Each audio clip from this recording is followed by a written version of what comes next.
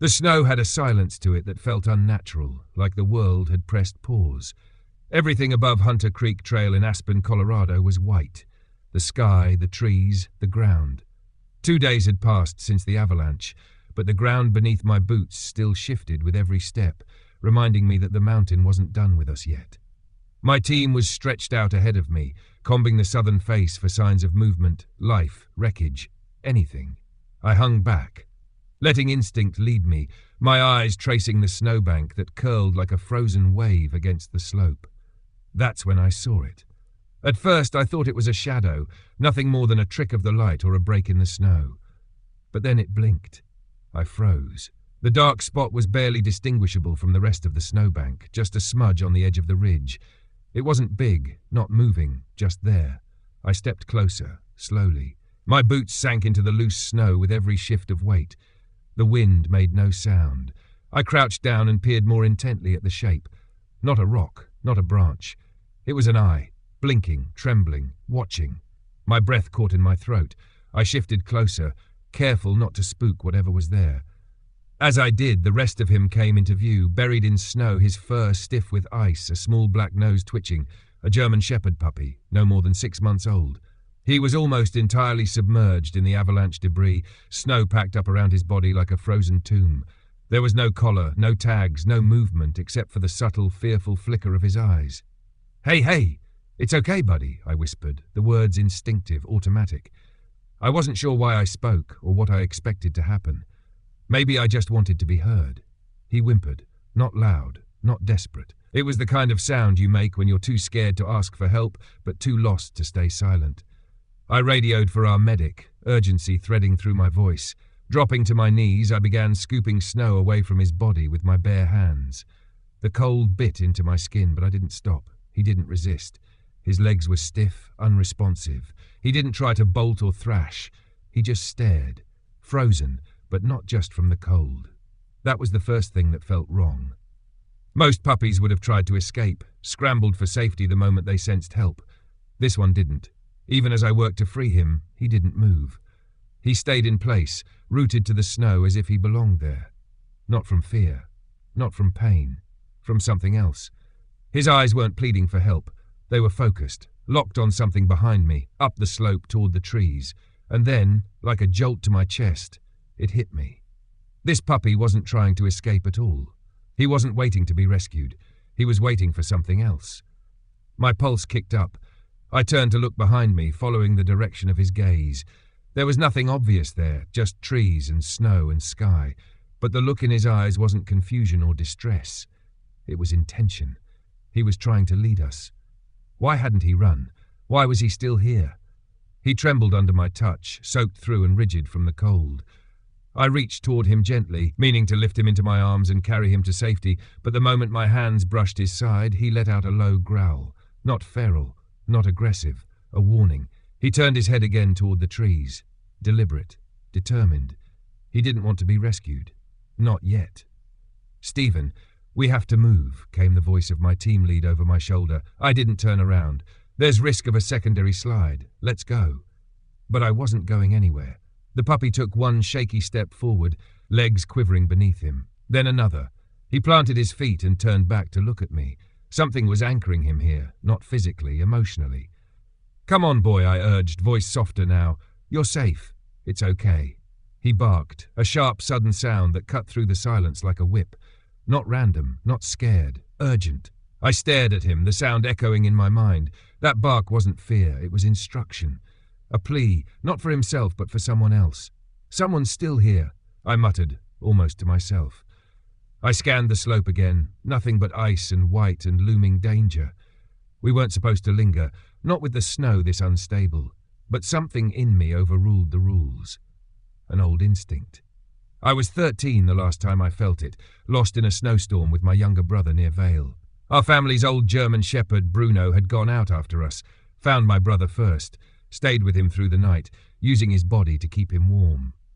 He'd saved his life. This puppy, his eyes had that same look, not lost, waiting. I dropped to one knee, loosening the strap on my pack. If this puppy wasn't leaving, then neither was I. He took another step, legs dragging, body sagging with exhaustion, but while pushing him forward. He paused, looked back at me, then kept going. "All right," I whispered. "Show me."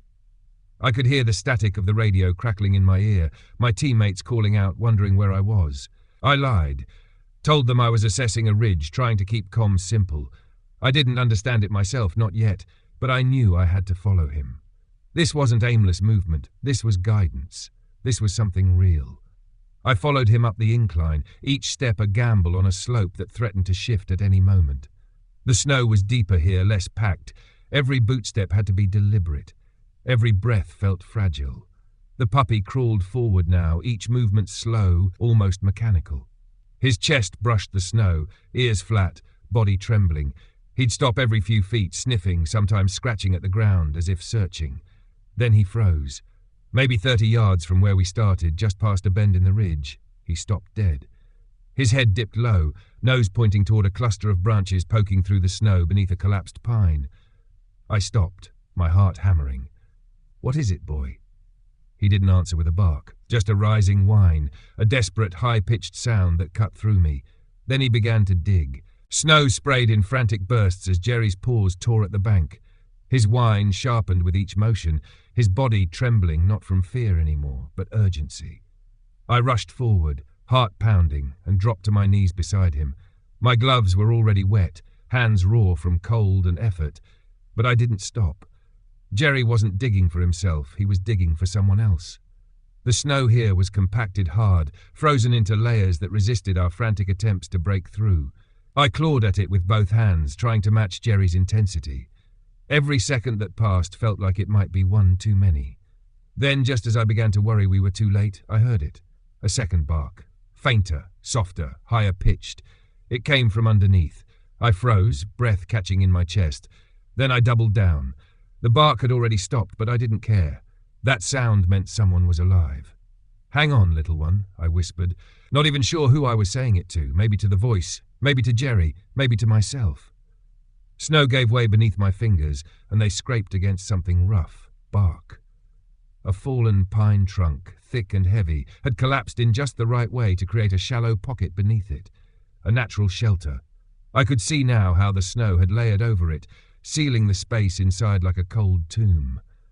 I yanked at a branch jammed into the drift, and a chunk of snow caved in, revealing a dark patch beneath. And then I saw him, another German Shepherd puppy, smaller, younger, maybe 4 months old. He was curled into a tight ball, his tiny frame tucked against the icy ground. His fur was stiff with frost, rimmed with ice crystals that sparkled in the pale light. One ear lay flat against his skull, unmoving. His eyes were shut, his breathing so shallow it was barely visible. But he was alive. My throat tightened as I stared at him. The stillness of his body, the way he lay pressed against the frozen dirt, spoke volumes. He hadn't moved in who knew how long, yet he was still holding on. Jerry stopped digging. He didn't bark, didn't whine. Just sat beside the pocket of exposed space, his body lined up as close as the snow would let him get. He pressed his side gently into the edge of the gap, watching silently. There was something powerful in that stillness, like he was saying, "I've done my part. Now it's your turn." I grabbed my radio. "Subject found," I said, voice shaking. "Juvenile canine, possibly 2. One critical, unresponsive, but with pulse. Sending coordinates now." There was a rush of static and then the team's response, but I barely registered it. Everything in me was focused on the little form in the snow. I reached into the pocket slowly, carefully sliding my arms beneath the pup. His fur crackled with ice, his paw pads split from the cold. He didn't fight, didn't flinch. He was past fear, past resistance. His body was limp, weightless, as I lifted him into my chest. He wasn't crying for help, he was just surviving.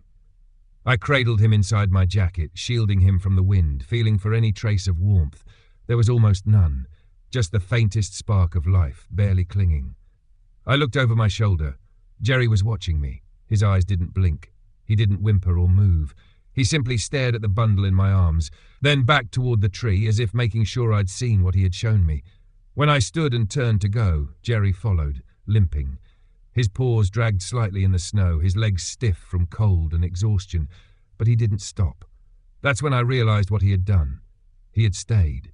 Through the avalanche, through the freezing nights, through fear and silence and cold so deep it should have taken him. He had stayed by his brother's side, never leaving, never giving up. And now, only after someone else had come to help, did he allow himself to follow. We made our way down the slope as the wind began to rise again, curling flakes into the air, erasing our tracks almost as fast as we made them. I didn't know how long the little one, Chip, I'd call him later, would survive. He felt too fragile in my arms, like one gust of wind might carry him away. But I knew this much with absolute certainty. He never would have made it if Jerry hadn't stayed. Not a chance. The tree shelter had saved him, yes, but Jerry had kept him warm. Jerry had kept him alive. By the time we reached the clearing, the sun was beginning to sink, casting the mountains in a sharp, dark blue that warned of the storm to come. Our medic team was already waiting at the trailhead. As we stepped into the open, Jerry collapsed. His back legs gave out from beneath him, folding like sticks beneath his weight.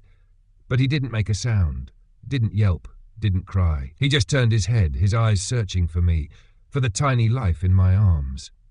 Even then, his concern wasn't for himself. The vet techs moved quickly. They took Chip first, rushing him into a heated tent where warming pads, IV fluids and towels waited. Everything you do when time is running out. Everything you do when you're not sure if it's already too late. Then they came for Jerry. His paws were bleeding, raw from the frostbite and the climb. His tail didn't move. His heartbeat was faint. They wrapped him in thermal blankets, slid heating pads beneath his chest, rubbed warmth into his skin. Still, he didn't look at them. He looked at his brother. I couldn't stand still. I paced outside the tent like a man possessed. I'd seen death on mountains before, strangers, friends, accidents. I'd been trained to keep my emotions in check, to detach, to stay calm when chaos hit. But this? Watching two little bodies on the brink, one already beyond cold, the other refusing to let go.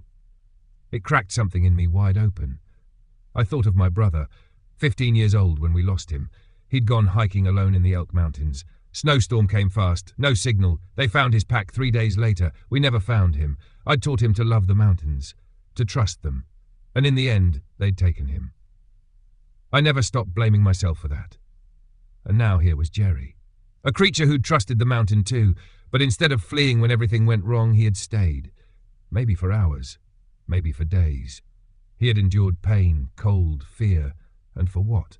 To keep his brother alive. I sat down beside Jerry, brushing a hand over his ice-caked fur. His head leaned weakly into my thigh, his breath shallow but steady. He didn't need thanks. He didn't need praise. He just needed to know someone else was here now, that someone had come. And as I sat there, the snow falling soft and silent outside the tent, I whispered the only thing that made sense. You did good, boy. You did more than good. The storm moved in faster than we'd expected. By the time we reached the foot of the trail, the sky had shifted into that deep alpine blue that warns experienced hikers to find shelter, fast. I clutched Chip tightly against my chest, his tiny body wrapped in towels pressed beneath my coat. He didn't move, not a twitch. The only sign he was still holding on was the faintest rise and fall of his chest against mine.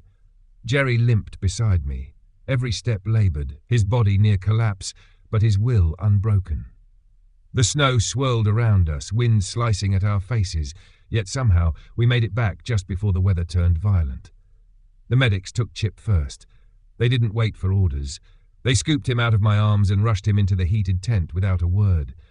Jerry collapsed the moment we entered the clearing. His legs gave out, and he crumpled onto the packed snow without so much as a whine. Still, his head twisted to follow Chip. His eyes, tired and dry, strained to see where the little one was going. I don't think he even noticed his own pain. Inside the tent, the vet techs sprang into action. Chip, he hadn't been named yet, but the name felt right even then, was so cold they couldn't even get an accurate temperature reading at first. His paws were cracked, bleeding. His nose was dry and flaking. They began emergency warming procedures immediately. IV fluids, thermal wraps, heated blankets, gentle stimulation. Everything they could do, they did. Then they turned their attention to Jerry. He was worse than he looked. His pads were raw, fur caked with blood and ice. Frostbite had already started eating away at the edges of his tail. His heartbeat was weak, irregular. They placed him on a heating pad, wrapped him in thick thermal insulation, and monitored every vital. But Jerry, he didn't flinch. He didn't cry. He watched Chip the entire time. I couldn't stand still. I hovered at the edge of the tent like a ghost, pacing, biting down emotions I'd trained myself for years to suppress. I've seen people fall off cliffs, watched friends breathe their last on snowbanks. I've seen what the mountains can take, and through it all I kept my distance. Emotionally. It was part of the job. Necessary. Detachment keeps you alive, but not now. Now I stood trembling while two puppies fought battles with death right in front of me. One was barely hanging on, and the other, Jerry, had already given everything just to get him here.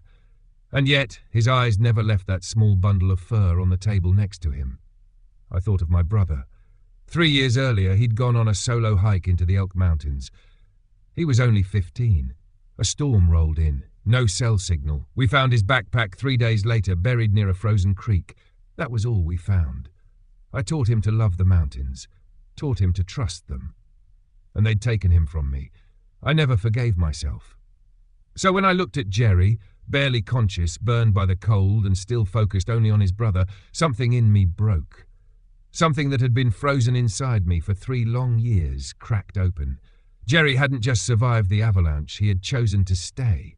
He had chosen to protect. He had chosen love over survival. Later that night, when things had settled, and the medics were confident Chip would at least make it through the first few hours, I sat beside Jerry again.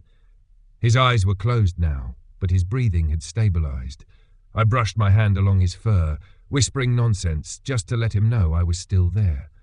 His head leaned into my leg again, soft and deliberate. It took 3 days for Chip to open his eyes. The entire clinic held its breath during that time. Nobody said it aloud, but we all feared the worst. His temperature had been so low when we found him that even the monitors had trouble registering it. He didn't move, didn't react to touch or sound, but slowly, bit by bit, he fought his way back. No fanfare, no drama, just quiet determination. Like he had already learned something most creatures never do. Survival doesn't always come with noise. Sometimes it comes with someone refusing to leave your side. Jerry recovered slowly, too. His legs took time to heal, and his tail remained stiff for a while. But what mattered most, what healed fastest, was his spirit. They kept him in the same room as Chip, and I swear that did more good than any medicine. Every time I visited, Jerry would perk up a little more. His trembles faded, his ears lifted, and eventually his tail began to twitch when I walked in. He wouldn't eat unless I was there. I started bringing boiled chicken and would sit cross-legged beside his kennel. He'd sniff the food cautiously, then eat in slow, thoughtful bites, his eyes never leaving mine. There was something in that gaze I couldn't explain, like gravity pulling at my chest, something weighty and familiar. But I didn't let myself believe it meant anything. Not yet. I told myself I was just checking in, that it was protocol, follow-up. But deep down I knew better. I needed to see them. I needed to sit beside that kennel and feel Jerry's gaze on me. I needed to remember what it looked like when someone chose loyalty, when someone stayed. Because Jerry hadn't just guarded his brother, he had made a choice, one most people wouldn't. And I couldn't stop thinking about that. One night, I stayed later than usual. The vet techs were cleaning up and the building was quiet. I sat beside Jerry's crate with my fingers laced through the bars. He crawled over slowly, dropped his head onto my hand, and just stayed there. I didn't want to move, didn't want the moment to end.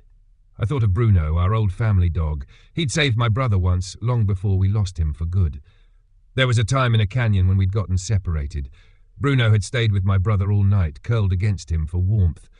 When they found them, Bruno had icicles frozen to his fur, but he hadn't left his side, just like Jerry. A vet tech passed by, smiling softly. He's something else. Huh? Quiet type. A thinker. Yeah, I said, eyes fixed on Jerry. He's not just a puppy. As I got up to leave, Jerry stood too.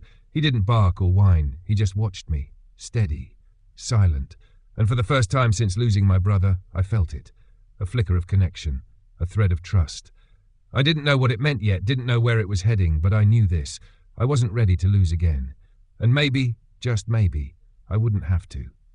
They moved Jerry and Chip to the local rescue shelter by the end of the week. It was the logical step. Medically, they were stable enough. The clinic needed space for new emergencies, and the shelter was a trusted one, run by people I knew, people I'd volunteered with, people who cared. Still, when the day came, I stood by the kennel gate longer than I should have. I watched Chip stumble after a toy, all legs and ears, still thin, but full of that restless, curious energy only puppies have.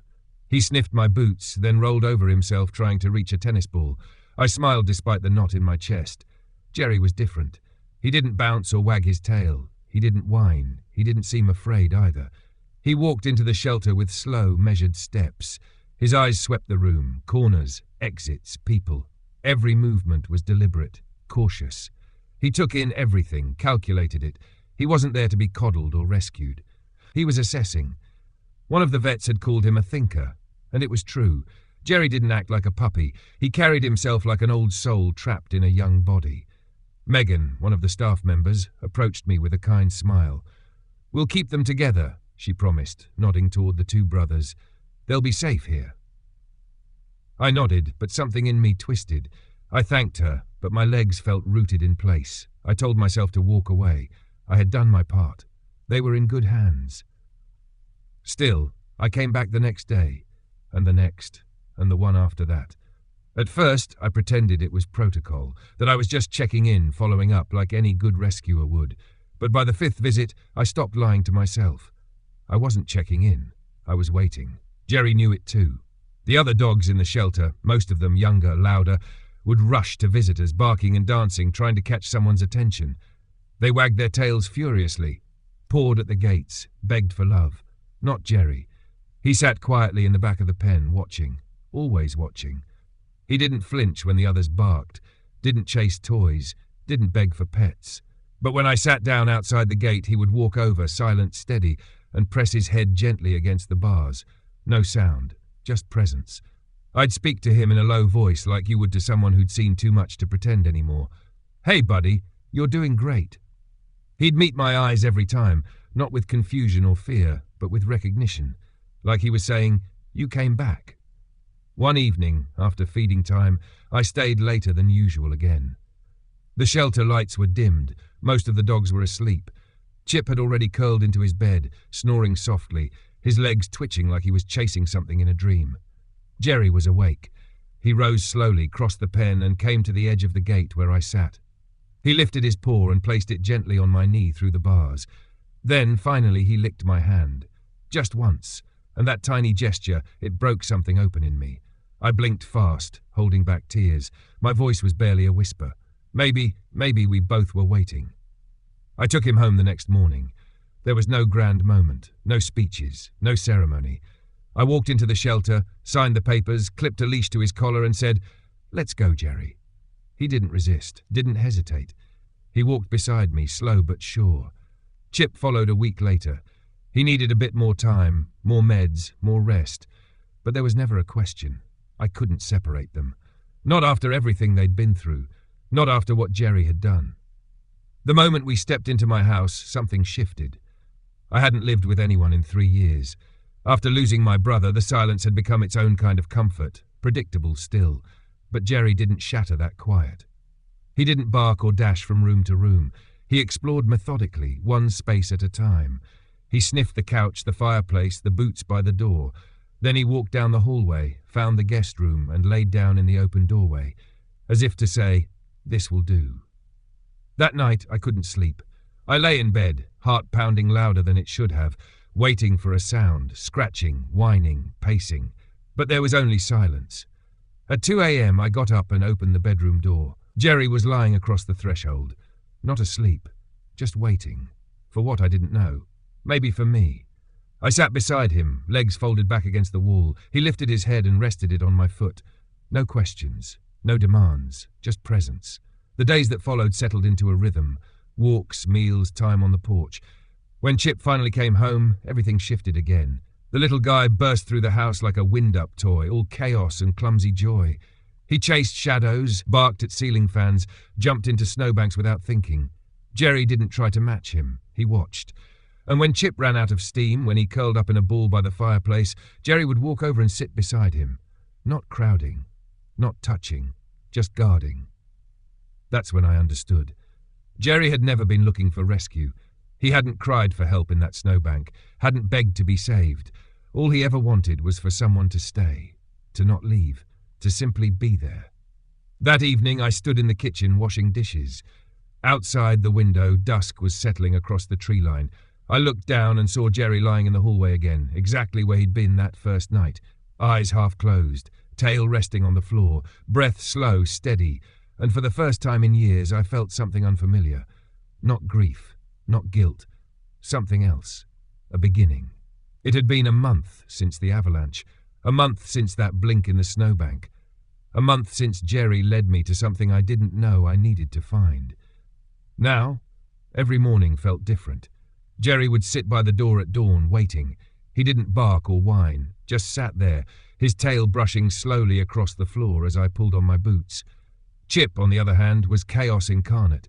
He'd leap into snowbanks like they were filled with treasure, chase pine cones like they were invaders, bark at falling leaves as if they'd personally wronged him.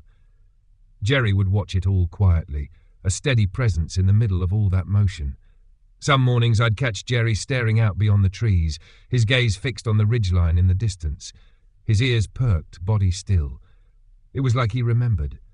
Like part of him was still there, frozen in that moment, beside Chip, beneath the trees, in the snow. But then he'd turn back toward me. Always. Every single time. He never lingered too long in the past. He always came back. One afternoon I stopped by the shelter to drop off a stack of old trail maps.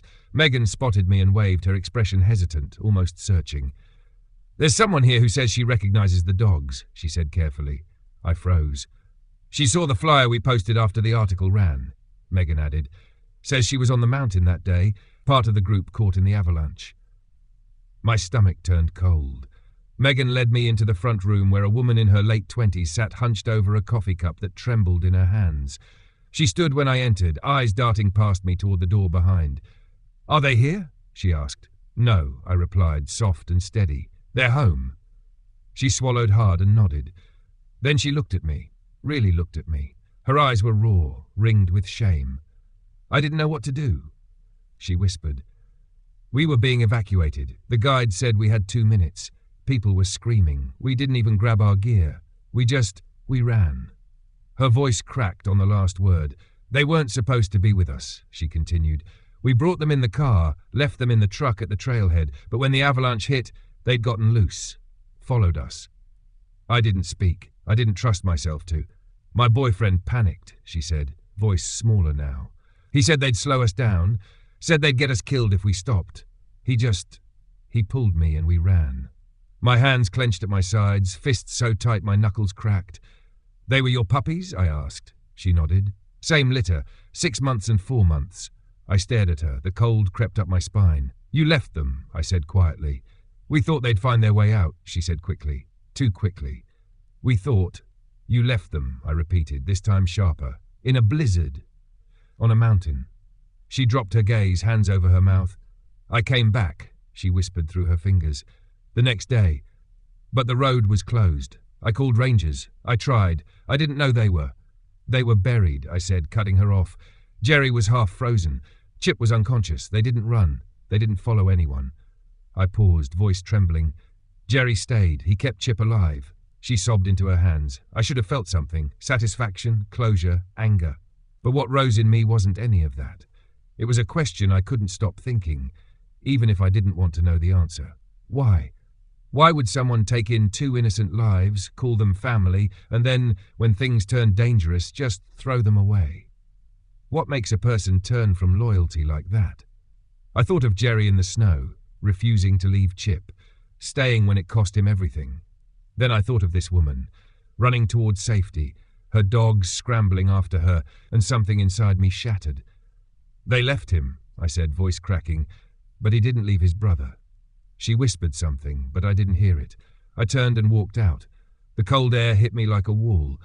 I stood in the parking lot for a long time, letting the wind bite at my face. I didn't want to cry. I didn't want to rage. I just wanted to go home. And when I opened the door, there he was, Jerry, exactly where I knew he'd be, waiting in the hallway, silent, steady. He stood, walked over, and pressed his head gently against my chest. No questions, no apologies. Just trust. I dropped to my knees and wrapped my arms around him, burying my face into the warmth of his fur. "You're safe now," I whispered. "You're home." 2 days later, the story hit the local news.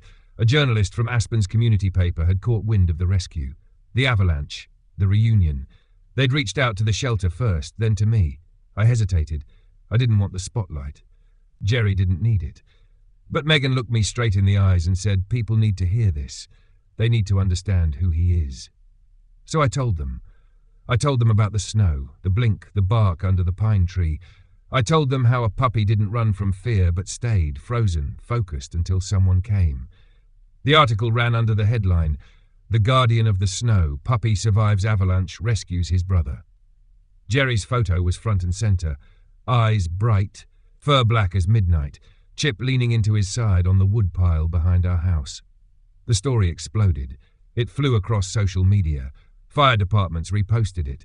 Search and rescue teams left messages of respect. One morning news segment even ran a feature titled, "The Puppy Who Wouldn't Leave." Jerry didn't care.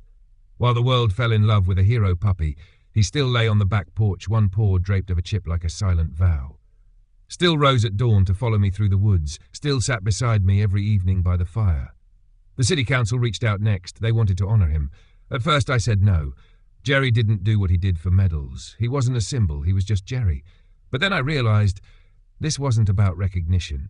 It was about what his story meant, what it reminded people of, what it reignited, that loyalty like his still exists, that it still matters. So I said yes.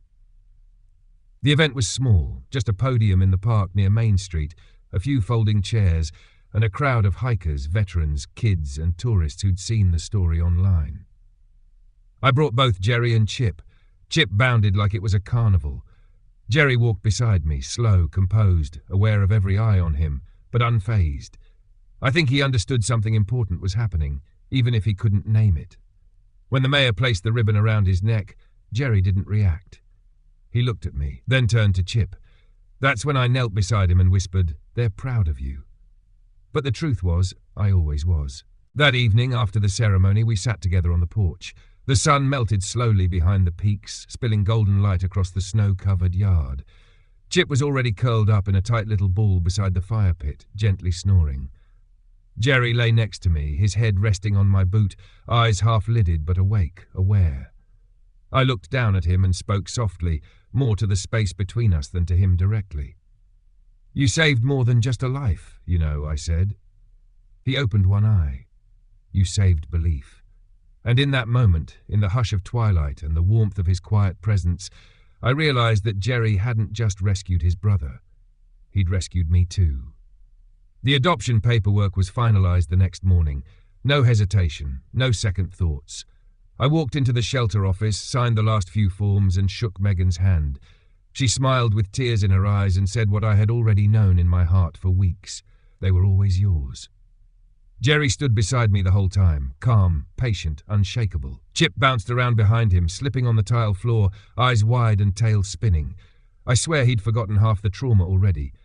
Jerry hadn't. He carried it still, not in fear but in depth. It made him solid, like granite, like something forged in the storm and left standing. I brought them home that afternoon for the last time, not as rescues, not as guests, as family. The house felt different after that, not fuller, just alive. Their names went up on the wall in the hallway, next to the old search and rescue maps I used to keep rolled in tubes. 2 little brass plates. One read Jerry, the other Chip, right beside the framed photo of my brother in his climbing gear, smiling on a mountaintop. He would have loved them. He always had a soft spot for underdogs. Jerry started training with me at the search and rescue center the following week. Nothing official, not yet. He wasn't ready for field work, but I wanted him to feel it, to understand what it meant to lead, not follow. We ran short tracks together, buried scent pads in the snow, practiced recall drills. He didn't need praise, didn't even seem to want it. He just worked, quiet, focused, precise. Like every search still meant something personal.